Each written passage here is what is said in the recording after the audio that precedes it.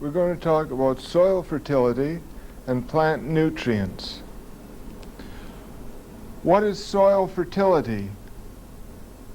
You all know that a fertile soil will grow lots of good, healthy vegetables, while an infertile soil will grow next to nothing. It is a fairly general fact that most soils in Newfoundland and Labrador are by nature very infertile soils. And the reasons for this are numerous. They include the relative youth of the soil, which we discussed earlier, in which there simply hasn't been enough time for soil to accumulate. It includes the fact that in areas of high rainfall, any nutrients which do accumulate in the soil tend to get washed through the soil and out into the groundwater. They're leached from the soil.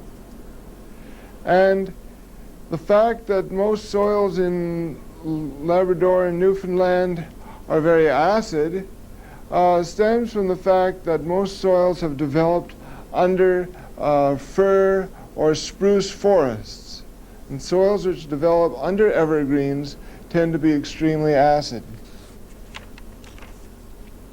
Now, if you doubt my word that Newfoundland soils are very poor, I would suggest that you take a soil sample and send it off to the St. John's Experimental Station, and they'll perform a test for you at no cost to yourself. Alternatively, you can buy a soil test kit from Gay's Seed, which you can do your own soil tests. Personally, I have had dozens of tests done at the experimental station, and I've performed hundreds of tests on various soils at home. And the whole subject of soil testing bores me considerably. I've done tests on a variety of soils around the Avalon. I've done tests on soils up in the Springdale region, and almost uniformly they come back very acid and almost without nutrients. There's a surprising uniformity. And even when I get soils from the best part of my garden, which has just finished growing prize-winning vegetables, I still get the results back. The acidity has come up to near neutrality, that's good, but the nutrient levels are still very low. So you might wonder why, as a scientist, I take the seemingly unscientific position that soil tests are almost useless. There are two reasons for this. First, in my opinion, soil tests are inaccurate. What the soil chemist is measuring is not necessarily what the plant is using. Take, for instance, nitrogen. The soil chemist is measuring soluble nitrogen, whereas in an organically rich soil, most of the nitrogen is tied up in the bodies of soil bacteria, or is not in the soluble form. But this nitrogen in the bodies of soil bacteria is available to plants when they want it. Another reason why I personally don't highly recommend soil tests is that, unlike the chemical gardener, the chemical farmer, the organic gardener cannot over-fertilize. The materials which he uses to put on his garden are so gentle, are so natural that the rule is the more the better. And you cannot burn your plants by over-fertilizing. All right. In order to grow vegetables, we must fertilize our ground. And you can fertilize your ground in 3 possible ways. I only recommend 2 of them, of course. You can fertilize your ground by using chemical fertilizers or by using natural ground rocks, which are rich in the same nutrients, or by using organic substances like composts, manures, dried blood, fish guts, and so on and so on. Any kind of organic matter that you can get hold of will be rich in plant nutrients. Now, regardless of how you add your nutrients, the plant is going to take them up as soluble chemicals. For instance, what do I mean by soluble chemicals? Sugar or salt in water dissolves, it disappears. You put fertilizers in water and the nutrients will dissolve out of them and go into the water. This is what I mean by a soluble substance, as opposed to an insoluble substance like ground rocks, relatively insoluble substance. Chemical fertilizers have all of their nutrients in a highly soluble form. Therefore, when the chemical fertilizers are put on the ground, the nutrients are immediately available to the plant. But the trouble is, if there's a heavy rainfall, these nutrients can be washed out of the soil before the plant gets a chance to use them. Now, take a look at a bag of fertilizer. For instance, here is a package of plant tabs for house plants. And if the camera can come right in, you can read on the package, and you'll read on any package of fertilizer that you buy, a formula. Here it says 11, 15, 20. Now what that indicates, that is the formulation of the fertilizer. And the numbers indicate in order nitrogen, phosphorus, and potassium.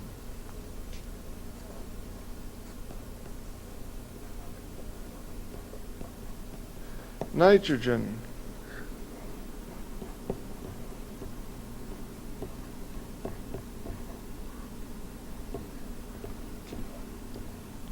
and potassium.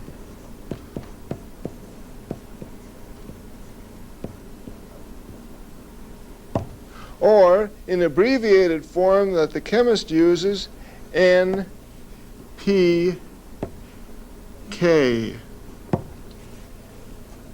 So, this little package of plant tabs has 11% nitrogen, 15% phosphorus, and 20% potassium.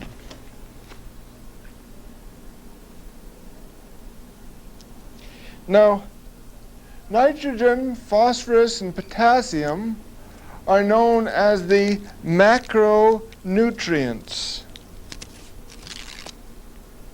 Let's try another piece of paper.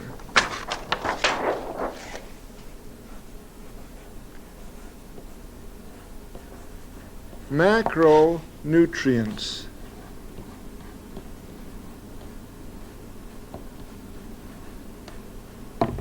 Macro meaning the large nutrients, the ones which are needed in a large quantity. Let's see, where was I?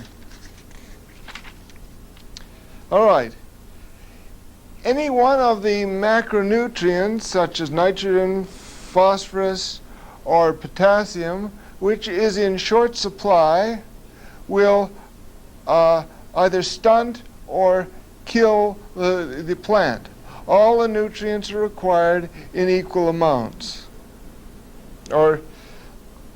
Now, there are also many other chemicals required in very small quantities, and these are called the micronutrients.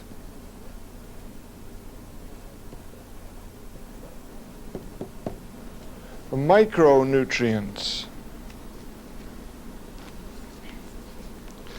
Right, simply stated, the three macronutrients have the following function. Nitrogen, in the form of, let's go to nitrogen.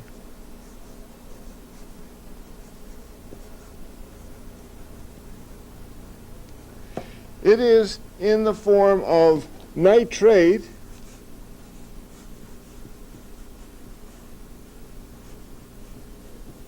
which is NO3, or nitrite,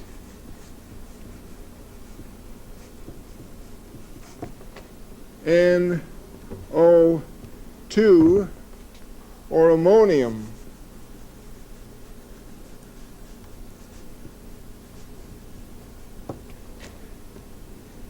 NH4. This is the form in which the nitrogen is in the soil. And the purpose of this material, or the effect that an abundant amount of nitrogen has on the growth of the plant, is to increase the lushness of the plant. It increases the greenery. So if you want to grow something like chard or spinach or lettuce, something for which you're going after very rich growth of foliage, then an abundant amount of nitrogen is required. Phosphorus, on the other hand, stimulates the development of the roots. It's very important for root development. Therefore, the farmers who are growing turnips or potatoes usually use a fertilizer with a formulation high in phosphorus. And potassium encourages the development of flowers, fruit, and seed set. This is the reason that these plant tabs, which are for house plants, has a high formulation of potassium or potash. So, what, you may ask, have the organic gardeners got against chemical fertilizers? The answer, I'm afraid, is rather complex. First, fertilizers, being very concentrated, if they're put next to plants in slightly too high concentrations, will burn the plant and kill them. Second, since all the nutrients are very much water soluble, heavy rains can wash the chemical fertilizers out of the soil, and they are of no use to the plant.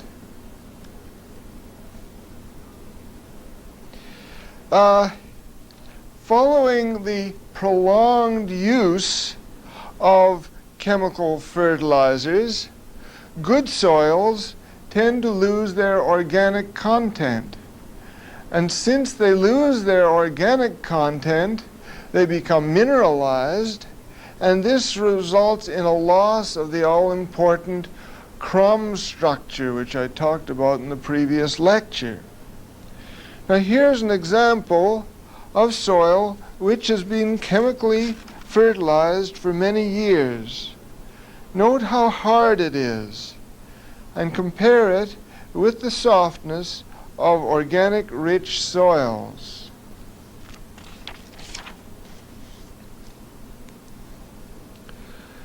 The loss of organic matter makes plants more susceptible to disease, weeds, and insect pest damage. Chemically fertilized soils die. It's hard to think of a soil dying, but organic gardeners think of their soil as being a live, living organism. And when you use chemicals on soil year after year after year, the organic matter disappears from the soil and the organisms in the soil die off. By feeding the plants directly, you starve the soil organisms and they die. The soil becomes a lifeless substance which has no other function but to hold the plants up in place.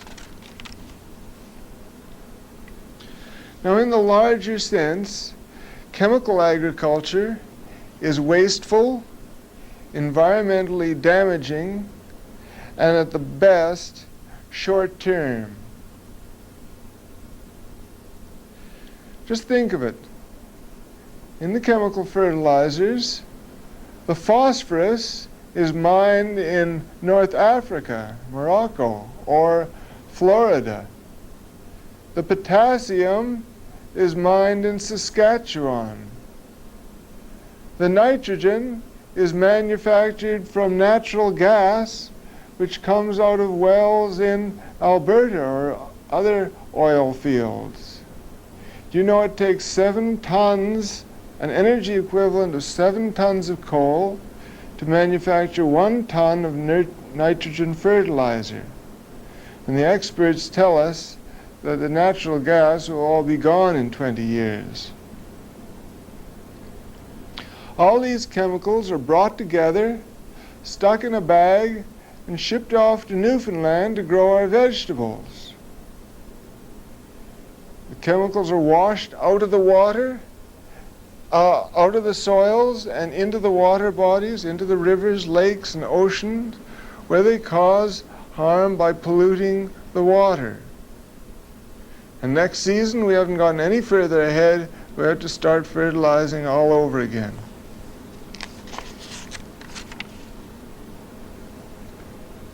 Now, organic gardeners don't work that way. Instead of trying to bypass natural systems, we try to work with them. We obey natural law. And natural law number 1 states that in a stable ecosystem, let's try that word.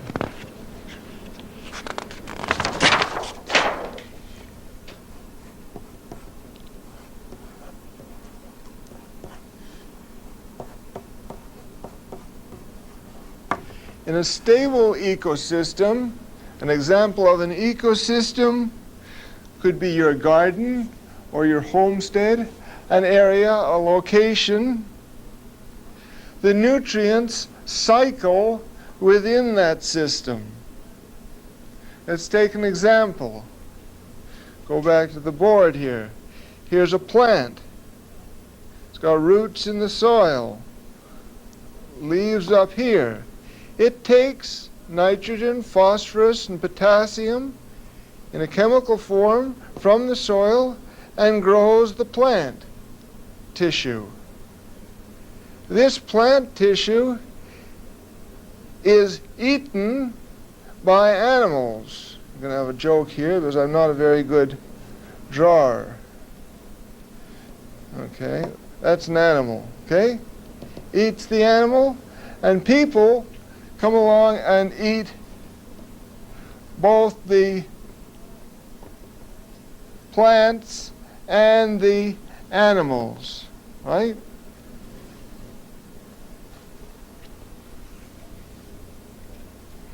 So the nutrients which start out in the soil have to be transmitted to the plant tissue.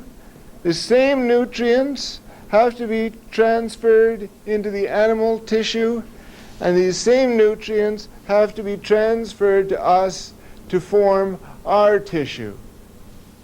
Take a look at this bag of bone meal. This is a natural product. This is ground up, probably ground up cow's bones from slaughterhouses. Look at the formulation. 2.5 nitrogen, 14% phosphorus, no potassium. Now where did the cows get the phosphorus to make up that formulation? They obviously had to get it from the plants which they ate.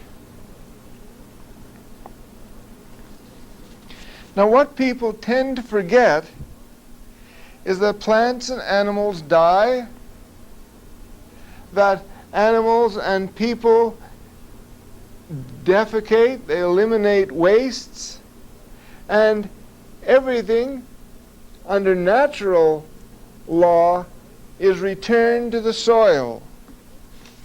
All this dead material is essential to maintain the nutrient cycle. Now, under chemical agricultural methods, the chemicals are put on to feed the plant is fed to the animals, and thus to the people, and there might be a 3,000 or 4,000 mile separation between the plant here and the people here, and then the waste is pumped out into St. John's Harbor here.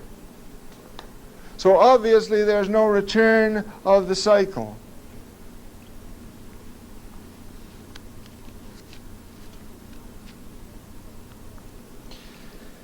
Now, the basic chemicals which were originally used to manufacture plants must, under natural and organic systems, be returned to the soil so that a new cycle of plants can grow.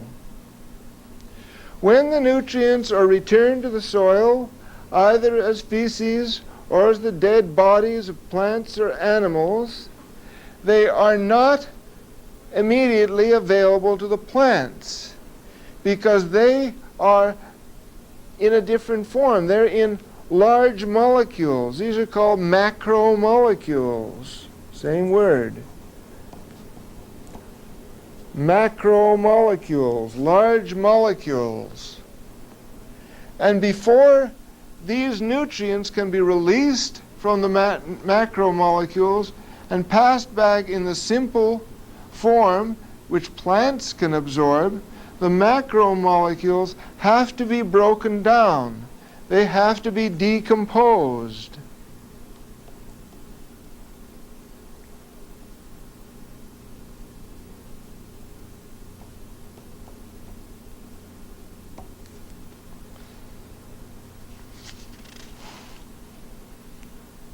Okay. Few of us recognize the vital part which soil organisms play in the natural system of things.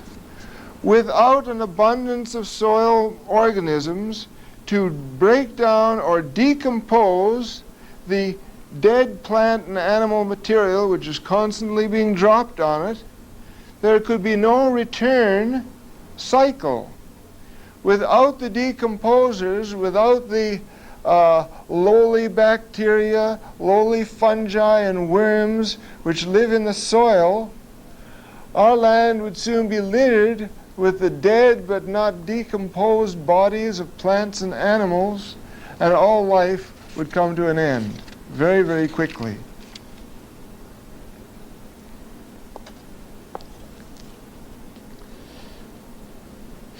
When organic gardeners fertilize their gardens by adding organic matter to them, what they are essentially doing is feeding their soil. They're not feeding their plants, they're feeding the organisms in the soil. And indirectly, they are feeding their plants.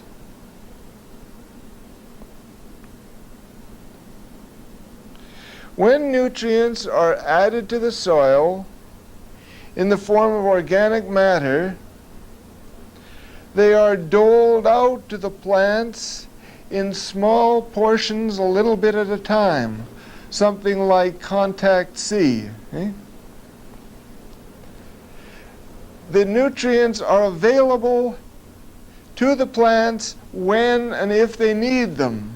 They're not just dumped on in one great mass like you would with a chemical fertilizer. They're available as they're needed, and the plants can extract the nutrients as they need them to grow. You can compare this with taking medicine. If you took a course of medicine, antibiotics to clear up an infection, and you took it down in one great swig, it wouldn't do you very much good. But the doctor tells you to take it 3 times a day for 3 weeks or something like that. He spreads it out over a long period of time. In addition to the organic matter and the soil organisms which it sustains, the organic matter develops a crumb structure which is so essential for a healthy soil. Now, as I said before, a rich organic soil is truly a living organism.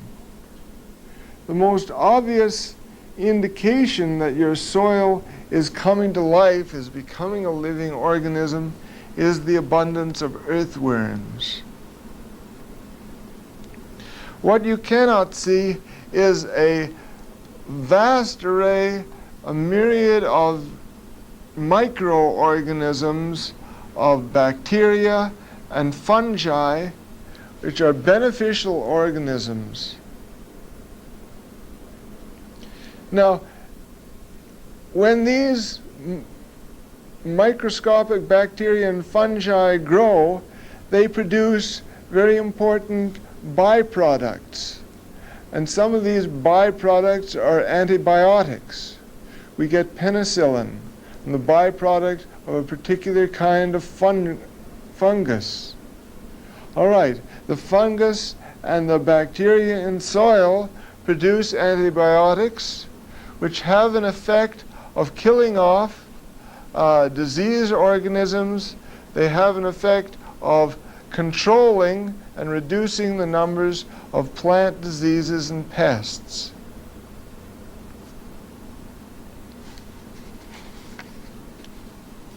Besides composts and mulches, which we will be discussing in the next session, the organic gardener has a wide variety of other natural nutrient sources. These include finely ground rock substances such as limestone, phosphate rock, or granite rock, and other natural products which are high in certain types of nutrients.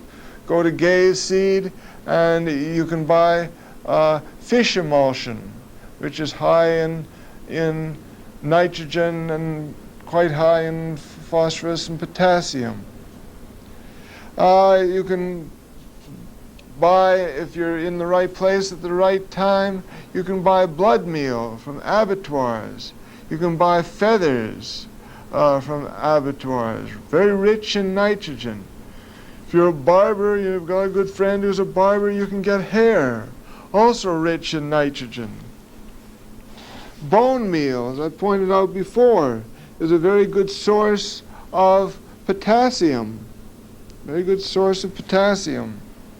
And fresh wood ashes, which haven't been left outside in the rain, are a good source of potassium.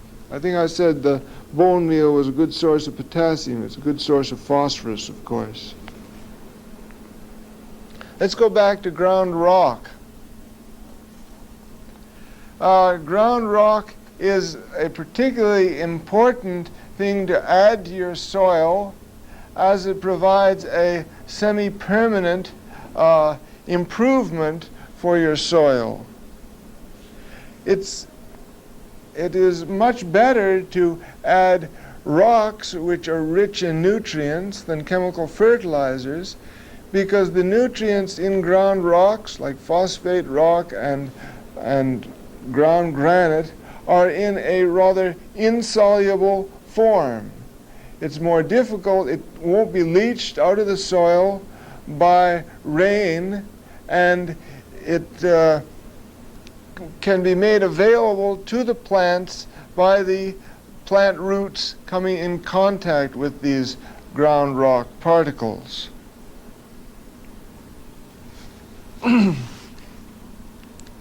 Now, the phosphate rock is the same material which the electric reduction company in Long Harbor, is it? In Placentia Bay, ERCO brings in enormous quantities of phosphate rock from Florida. And I have been to ERCO and obtained phosphate rock from them. If you play it right, you might be able to get some too. Phosphate rock is really a remarkable substance. Besides being a natural rock very rich in phosphorus, it is a virtual smorgasbord of micronutrients. There's something like 50 or 60 elements in very small quantities included in this phosphate rock. So that when you add phosphate rock to your ground, you're not only providing the all-important phosphorus, but you provide a good source of micronutrients also. Ground granite cannot be obtained in the province, as far as I know. If you wanted to send to Farmer Al's, you could probably get some ground granite, but it'll probably cost you quite a bit to ship it in.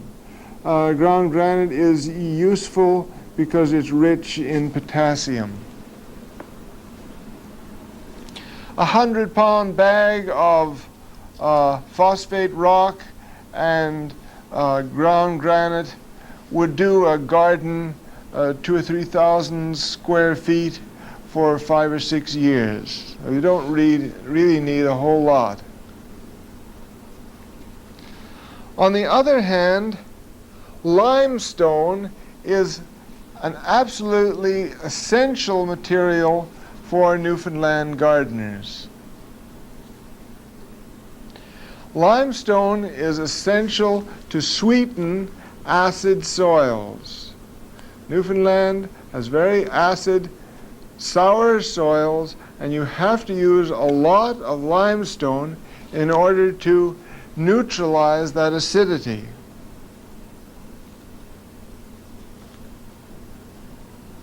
Now, we call acid soils sour because when you go out in the woods, pick up a little soil and taste it, and you'll find that it has a sourness like lemon juice or vinegar.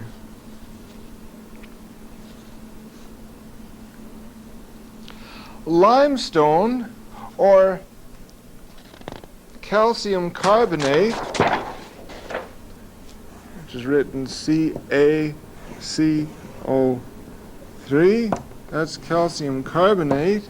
Limestone has the effect of neutralizing this acidity or sweetening the soil. Now, I've got a little demonstration that I'm going to try and set up for you here, which will show you the effect of limestone on sour soil. All right, what I'm going to do is put some vinegar into a beaker. Vinegar is an acid. And then I'm going to take some limestone in the form of an egg, and I'm going to place it into this beaker of vinegar. Now what should happen is that the limestone will start to neutralize the acid in the vinegar. What I'm going to do is put a dye into the vinegar, which will turn red when the water is neutralized. You'll see it's pale now. When it's neutralized, it will turn red. Maybe if we come right in close, you can see that there are bubbles starting to rise from the egg. Now what is happening there is that there's a reaction between the limestone and the acid in the vinegar. What the limestone is doing is neutralizing the acid in the vinegar. Go over to the board here. What we have is acid plus calcium carbonate gives calcium oxide plus CO2, carbon dioxide. That's what we have coming off there in the form of bubbles, carbon dioxide. Now you can do this little experiment at home very easily, even if you haven't got an indicator dye. I'm really not sure how long it's going to take for that neutralization to take place.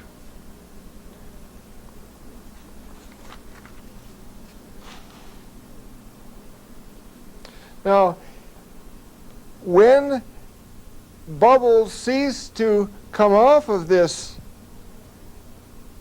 egg, we know that the reaction has come to a halt, that the acid has been neutralized. And if you take a taste of that water, it won't hurt you. If you take a taste of that water, you'll find that the water, the vinegar is no longer sour. The water has been sweetened. And that's what happens to your soil when you put ground limestone on your soil. It's a slow reaction. You won't find that your soil will be sweetened in the first 4 to 6 months. But over the period of a year, if you put ground limestone on your soil, you will find that the soil has been sweetened considerably. All right, a number of things about limestone and acidity. If you send your soil off to be tested, the soil test lab will send you back a reading of the acidity in something called pH, small p, large H. Don't let's worry about what pH is. Just try and remember that your soil, before it's being treated, will read somewhere between 4.0 and 5.5 pH. That means it's acid. And while it's all right for growing blueberries and strawberries and perhaps potatoes, it's too acid for any other vegetables. What you're aiming at is a pH somewhere between 6.5 and 7. That is neutral.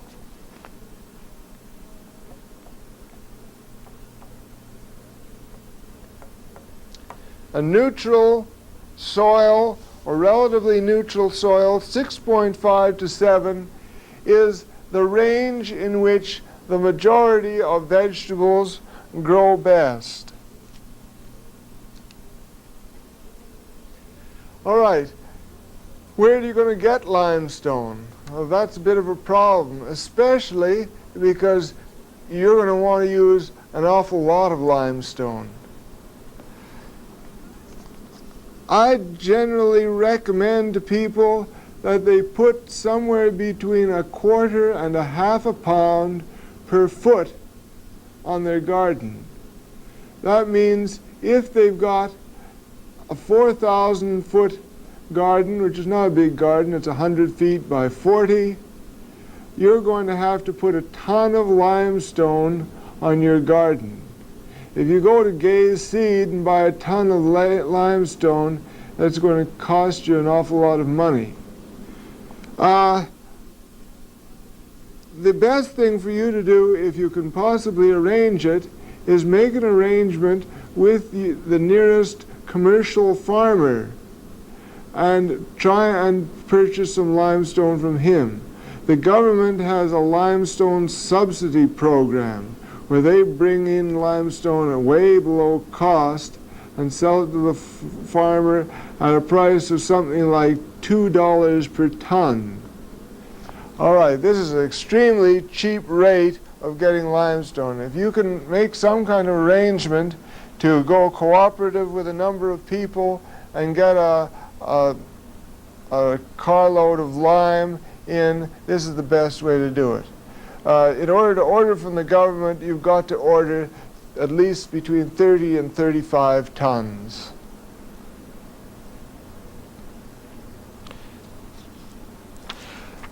So that's what I have to say about soil fertility and plant nutrients. And the next time I plan to go on and talk about composts and mulches, the way to add fertility to your garden using organic matter.